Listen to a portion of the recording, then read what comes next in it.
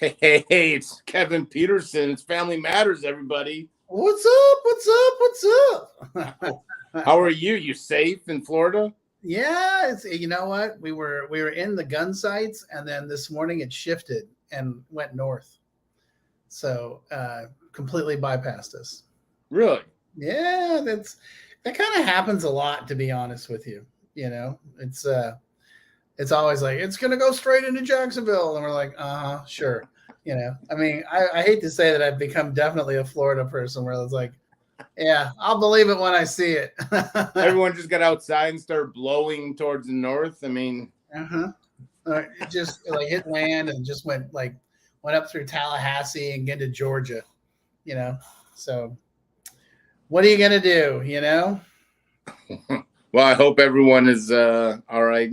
Instagram, Kevin W. Peterson, family coaching, free resources, chronichope.us. Go Yep. reach out if you want to be part of the Facebook group, all kinds of stuff. Kevin just is all over the internet. So anyway, so hopefully everyone made it out safe. If you're in Florida, Georgia, wherever it is, I kind of once I got out of the path or something, I stopped paying attention because it didn't have anything to do with me. So that's kind of how I do things. So you just ran for it. You're like, you chickened out and if you want to grab my attention, just make sure it affects me. Then I'll pay attention. But I understand, man. I understand. I totally get it. It's like, well, I'm glad I'm being brutally honest or something. Ready for the questions? Oh, sure. Why not? Hit me, baby. Oh, it sounds so excited. Yeah. How does an addict choose drugs over everything, Kevin? My husband of 10 years continues to use drugs despite having 2 young kids and me begging him to stop. It's an ongoing issue. Why, Kevin, do they choose drugs over everything else? Well, okay. It's a great question. And I have massive amounts of empathy for this person, and I feel for them. And here's the thing. They're not choosing drugs over you. The drugs are choosing them, and the alcohol is choosing them. There's this concept of this idea of people that are not addicts or not alcoholics or not in recovery, that the addict or the alcoholic wakes up every morning and says, do I want to be a respectable member of society, a member of my family, go to work, pay my bills, be a good citizen? Or do I just want to get hammered and blow everybody off and cause all sorts of drama and chaos and crisis? That's not how it works. Every day when I was drinking and using, I swear to God, I would wake up every day thinking, today I'm gonna get it together. I'm gonna get my act together. I'm gonna make things happen, and I'm gonna rock and roll. And I would probably do really well. And then as soon as I took that first drink or got a little high, bam, the wheels would come off, and it might come off for a couple of days after that. So that's the thing I would sort of want to educate this person and counsel this person and help them understand is that he's not choosing the drugs and the alcohol over you. The drugs and the alcohol are choosing him. That's why he needs to get sober, because when he can get sober, then we can deal with it. And that's the best answer I can give you. Yeah. I mean, I heard that. Trust me, I get it. I got that from my family. Like, why do you keep choosing this? I'm like, I don't know.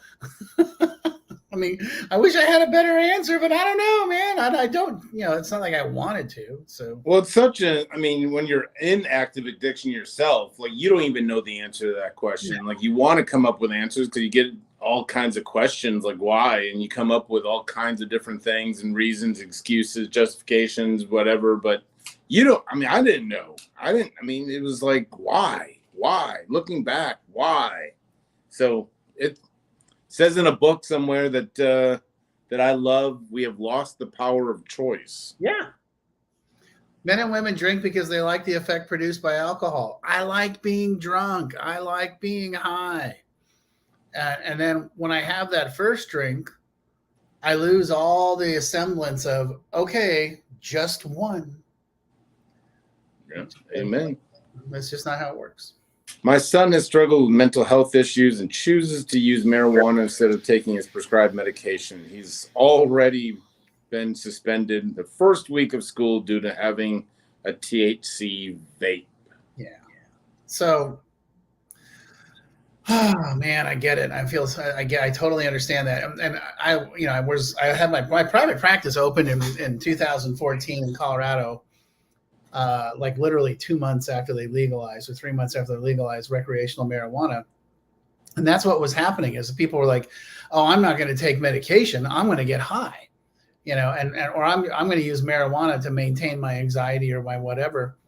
And the problem is, when you take medication from a psychiatrist or a doctor, I mean, unless you're taking like Xanax or something, it doesn't get you high. It levels off your chemical stuff, your biological stuff. Marijuana gets you high and keeps you there. And so that whole concept doesn't work for me. So what I would say to you is, especially since he's having consequences at school already, it's time to set some boundaries. It's time for you to read Chronic Hope, Parenting the Addicted Child, available on Amazon, Kindle, and Audible, and learn how to set boundaries with him and say, unfortunately, that's not going to work. And if we're paying for school, if you're living at home, here are the rules and regulations. If you can't follow them, then we're going to take it to the next level, and we're going to start looking for treatment. That's really the answer.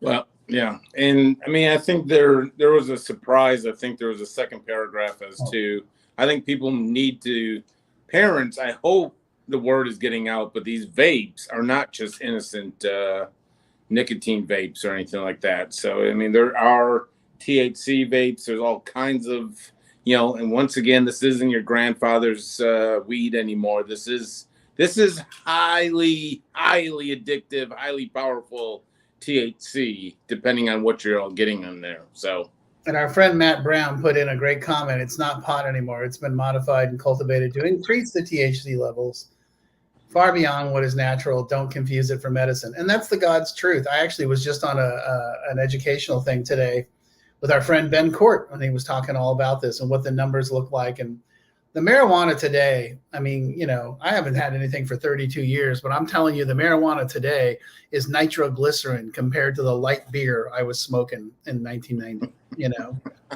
By the way, you're going to love this. Less calories, I'm sure, too. Well, my fraternity had a newsletter, and one of my buddies tagged me with a line. He's like, "Kevin Peterson, living proof, light beer only tastes great." There you go. There you go. That was hilarious. I was like, "Oh, dude, you're killing me. That's awesome." Tastes great, less filling. We love Matt Brown. Oh, Matt Brown's the man. We had dinner with him Monday night. That was awesome. Oh, this is my favorite of the week. Gold Star. Our youth pastor suggested our 16-year-old get on Suboxone and attend Bible study weekly. That was 9 months ago, and honestly, things have gotten worse behaviorally. Pastor says he's unable to give updates. It goes on to say, like, mom and dad want kind of updates, like, what are we doing here? And pastor is now kind of putting in what I always call the law and order kind of philosophy. What's said here, I want to keep it a safe zone. You understand as a licensed clinician, but it sounds, and I don't know the whole story. This is always, we don't know the whole story, but it sure sounds like this pastor's trying to say that, just he needs more God in him and stuff like that. And I joke, but this is also scaring me to high heaven too. So this scares the bejesus out of me, on a number of different levels. One, this is not a licensed clinician. This is not someone who's skilled and educated in addiction. So, I mean, come on, man. You're way out of your depth here, way out of your league. Totally inappropriate. And let's be clear. Anytime I hear youth pastor, I'm like, okay. I mean, that story never ends well. All right. And look, I'm all for church. I think church is great, but the youth pastor says what's said here stays here. Oh, yeah, I don't think so. I've seen that story on the news. You know? By the way, I think we should keep a scoreboard on the national or whatever, and you know, I think we should keep a scoreboard of number of kids that are assaulted by teachers, cops, ministers, people of trust, and people that are assaulted by drag queens. And I think right now it's about 500 to 0. You know. Sorry, I just had to. Okay, bad. I know I'm gonna get kicked off. Well, we had a good run on the Family Matters show. I mean, like abruptly, if we're allowed to come back next week, we were certainly excited. But hey, this does scare me, though. Right. Okay. So he does not enjoy the clinical privilege of not. So that's not okay. Number one, it's not appropriate for him to be. Oh, here comes Matt. He's going to come at me. That's that's not appropriate. And I want to be super duper clear. Yeah, it's getting worse because. So here's the story I'll tell you. When I was living in Denver and going to church, I'm Presbyterian and I'm very big fan of my faith. The guy who was the leader of my church, and I went to an AA meeting in the church. That's how I found it. He's like, Kevin, it's not my job to keep you sober. I know I can't do that. What's so? And I don't need, I'm trying to get you canceled. Thanks, Matt. Thanks. I'm not going to get canceled. That's the right wing that's going to come after me. Not the cancel people. Don't lay that gauntlet down. I know. Anyway, my pastor said, it's not my job to keep you sober. That's AA's job. My job is to help you expand your spiritual understanding. And I agree with that entirely. So that's where I would go with that, is that that's not his job. If he needs professional help with his addiction, especially if he's taking Suboxone. And this is a legitimate question because I don't know. I mean, and I could be way out of bounds here, and it's good for me to learn some things. But what are we talking? 16-year-old on Suboxone. Is this not too? This is too early, isn't it? Well, I mean, if he was using heroin, it wouldn't be too early. But okay. I'm a little concerned. Someone who needs Suboxone to stop using drugs needs to go to treatment, not go to Bible study. Bible study is not going to solve that. Church is not going to keep you sober. A 12-step program is going to help you get sober, but church has a place. It's all part of the package. But you don't go to 12-step to find church. You go to 12-step to get sober, and then you expand from there. So. Have I recovered enough? Have I backpedaled enough? Well, I think I think a lot of people turn to church, which is understandable. I have really good friends here that have gotten more active in churches and stuff. They certainly don't use that, and they use a kind of a Bible study. I don't know what they call it. I think they call it home group or something, where they have kind of a small group. They meet weekly within the church, but again, they will tell you that's just part of their recovery. It's not their only recovery. It just seems as if this pastor is kind of shutting every other door down, and this is the only way to do it. And again, we could be dead wrong, but I got really uncertain when the pastor's like, no, unfortunately, I can't share. He's 16 years old, and you could have the best motives. I'm not saying there's bad motives, but like there should not be where like, I wish I could tell you, mom and dad, this is where we step in. There's previous drug abuse. So I think that's what led to the Suboxone, but there's just a lot of exclamation points in this email for me. So yeah, me too. There's just a lot of stuff there where I'm like, no, and no, and that's. And I'll also tell you, in 32 years of being engaged in 12-step recovery, and I'm not making this up, almost every single person I know that said, I'm not going to do this anymore, I'm going to go to church, has ended up drinking again. I'm just telling you my experience, and it's not church's fault. Let's be clear. It's Yeah. not church's fault. I love church. Church is great. But yeah. Well, I think we can tie in the previous question. I mean, like we talked about, we've lost the power of choice, and we're not choosing to screw up our life on a daily basis. And, you know, in church, I don't think meeting a Bible study, there just seems to be a higher level of something needed. Like sitting down for a weekly Bible study could be good for the soul, but it has nothing to do with the loss of the power of choice. And God, no matter how strong your faith is, there's got to be some other things associated with the Bible study because addiction is legitimate. So, yep, that's my unlicensed point of view. So, I agree with your opinion. This is the one I always get. So we use an app to track both our sons, 19 and 17. Lately, the stories aren't lining up with where I know my 17-year-old is going.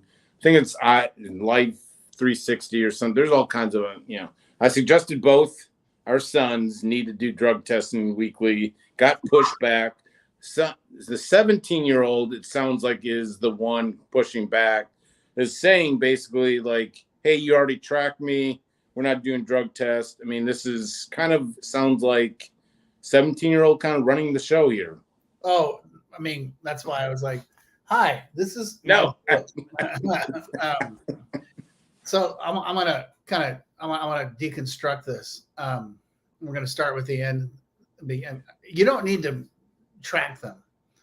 That's not necessary. You don't need to manage them like that. What you need to do is set boundaries, simple and straight boundaries. No drugs, no alcohol. We're going to do weekly drug testing no matter what. I don't care. Pushback. You're 17. I'm not taking the test. Oh, okay. So you don't want to use the phone, the internet, or the car is what I'm hearing you say. Let me know when you want those things. The drug test facility is right here. Got to go to school. Got to go to class. Got to turn in your homework. Got to get good grades. Got to. Oh, you don't want to do those things? Great. The phone, the internet, and the car will be over here waiting for you when you do.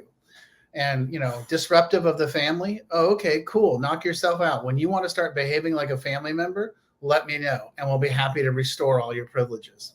Be the parents. Be parents. And the 19-year-old, I don't care that he's over 18. You still have that same, level of ability.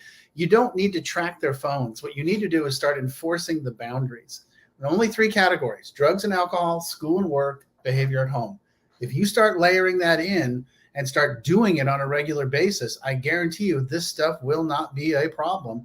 Or if they push back, or you're finding out that they are actively using drugs and alcohol, then we go to a higher level of care. Then we make a move.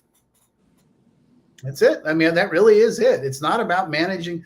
You don't need a drone flying over them. Just, whoa, they're here, they're here, they're here. You don't need that. That's. I always tell the families I work with, you are now officially out of the addict management business. You know why? Because it didn't work. You're fired. Yeah. And I mean, it's kind of an addiction in itself. The families I talk to with this, I mean, it's just in mere mentioning. Well, 2 nights ago, I saw that he went down to here, and then he went over here, and then yesterday morning, so that just tells me that they're basically glued to where everything is, which in itself was kind of like my mom having every single form of communication under her pillow, waiting for me to call. I think the apps weren't around when I was, I probably would have had an app and a tracker on my car, God knows, because my mom thought, but anyway, I mean, this is just another level of, like, I can only imagine mom or dad or anyone just staring at this. Oh, I know where he's at 7-Eleven. It's unhealthy. And then the dynamic of trying to catch them in a lie. Oh my God, stop doing that. Just stop. I don't care where you are. All I care is that you pass your drug test, you go to school or you go to work, and you behave like a citizen. You got to get rid of that position as the parent of being the gotcha. I gotcha. Oh my God. I mean, I've had managers or bosses like that where I'm like, I got to get out of here. I don't need to be treated like this. And so all you got to do as the parent is just start saying, here are the rules, and then enforce the rules. and make it clear that this is what we're doing and this is how we're doing it. So, do you think that there's a level of kind of, and I'm going with blanket kind of statements but in general, like nowadays we'll let technology kind of parent and just check up on them instead of just true parenting, healthy boundaries, healthy communication, being authentic. It's almost like you said gotcha. Like I think we kind of, it hit to my soul that maybe we're in this I got you parenting phase. yeah, no, I think that definitely is a huge reality of this situation where, and again, like I talked to a set of parents earlier today, and I was just like, this is, I'm not condemning you. It's not your fault. Your kid's struggling. So let's figure out a way to help them get better, not a way to punish them, and I mean, is it parenting today, or is it, I'm going to get in trouble now. Is it our society today? And we don't want to help people solve their problems. We want to shame them and punish them and belittle them, and it's like, oh, for God's sake, let's help this guy turn it around and get his act together. Look at you and me and our friend Matt, 3 total delinquents. I mean, hey, whoa, off the chart knuckleheads, and we're all, tax-paying citizens today. There's Matt. What are you talking about? Speak for yourself, pal. Yeah, no kidding. I mean, Kevin, but hey, I did pay taxes the last couple of years, so I'll go along with this. But no, it's welcome to the world of technology. I think it is society in general. I mean, I think it just leads to life on social media and all that. But I mean, it's I'm not giving Matt Brown any. I know. But no, it's serious. I mean, I think I've always had in the back of my mind, but I'll be willing to bet, like, I would say the 90%, if I go back a year or two, of all the families that I've dealt with, early, young adult kind of families, there always is a tracking portion to it. And yeah. I think you're exactly right. And when you really get to know this family, and I'm not saying right or wrong or indifferent, but there is lack of communication, there's lack of really trust, boundaries and everything. And they're going all according to this tracking, waiting for them to catch. Right. And that's all about a gotcha. I think the idea is really to say, look, do what you want, but to understand that, there's consequences for your actions, and when you start treating people, kids, anybody with that level of integrity and dignity, they respond to it. They're like, oh, okay.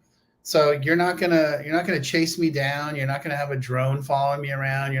No, man, I don't have time for that. But you got to pass your drug test, and you got to pass the breathalyzer, and you got to go to school. And I'm going to check on your grades every week, and we're going to have a family meeting every week. And if you ain't doing this stuff, then we're going to have to talk about what's next. Yeah. Simple and straightforward. I love you. I don't hate you. I'm not out to get you. I'm here to help you. But that's what it really comes down to. Yeah. And one of the best stories was, I don't know if I ever shared this, but I was working, there's a mom and dad that call me frequently that I have that, anyway, I wouldn't call them clients or anything, but they were convinced that their son, who just got a treatment, was going and scoring drugs at this place. They're like, Jay, he goes there every night. I mean, he's just hanging out. He hangs out there for 2-3 hours a night. And so finally I was just like, oh, I'm going to run this by. And turns out he was going there for like 3 weeks straight as he was making his mom a Mother's Day gift, like woodworking. He was going, and we laugh about it, but this is how quickly, it's not always a got you. Like there could be legitimate, oh, this guy's going he must be getting, this guy was working on a Mother's Day, wanted to surprise mom, and turns out, like, boom, he's getting accused of going and scoring God knows what. But Yeah. it goes back to authentic communication, boundaries, communication, trust, all the things that we talk about, though. Yeah. You just, as a parent, you just want to be able to, instill the, look, I love you, but I'm going to hold you accountable. And that's what love is, as a parent. Love is like, look, man, I want to teach you how to solve your problem. I'm not going to solve your problems for you. That's you need to learn how to do that yourself. But I'm also going to be here to support you in that process. So, yeah. Well, I would love to say I'll see you next week. I mean, I don't know if we're going to get, asked to leave, but I will say this: like, I think I'm clean, so I think I'll be welcome back next week. We'll see if Kevin is. If Kevin can't make it, maybe he's suspended for a couple of weeks. We may bring our friend Matt Brown and then get completely shut down. So we do this every Wednesday. We like to have fun, and to me, humor. I wasn't laughing. I just went over this with the family. I wasn't laughing at all in addiction. I think creativity and humor are the two strongest things I learned in recovery, and they're really strengths. And so it's not making fun of. So like we say this every week. I mean, this is legitimate. We're concerned, but we also have a little fun. I hope you guys can laugh along with us, but understand what Kevin's saying. It comes down to clear boundaries, communication, and so forth, and trust. So yep, that's what it comes down to. Is this another Matt Brown? Okay. He never behaves. So we'll do this again next week. It may or may not be Kevin Peterson. We'll get a stand. We'll find out. We'll find out. But I'll go to bat. I'll go to court if I have to. I got Kevin's back no matter what. So I will see you, Kevin. Bye.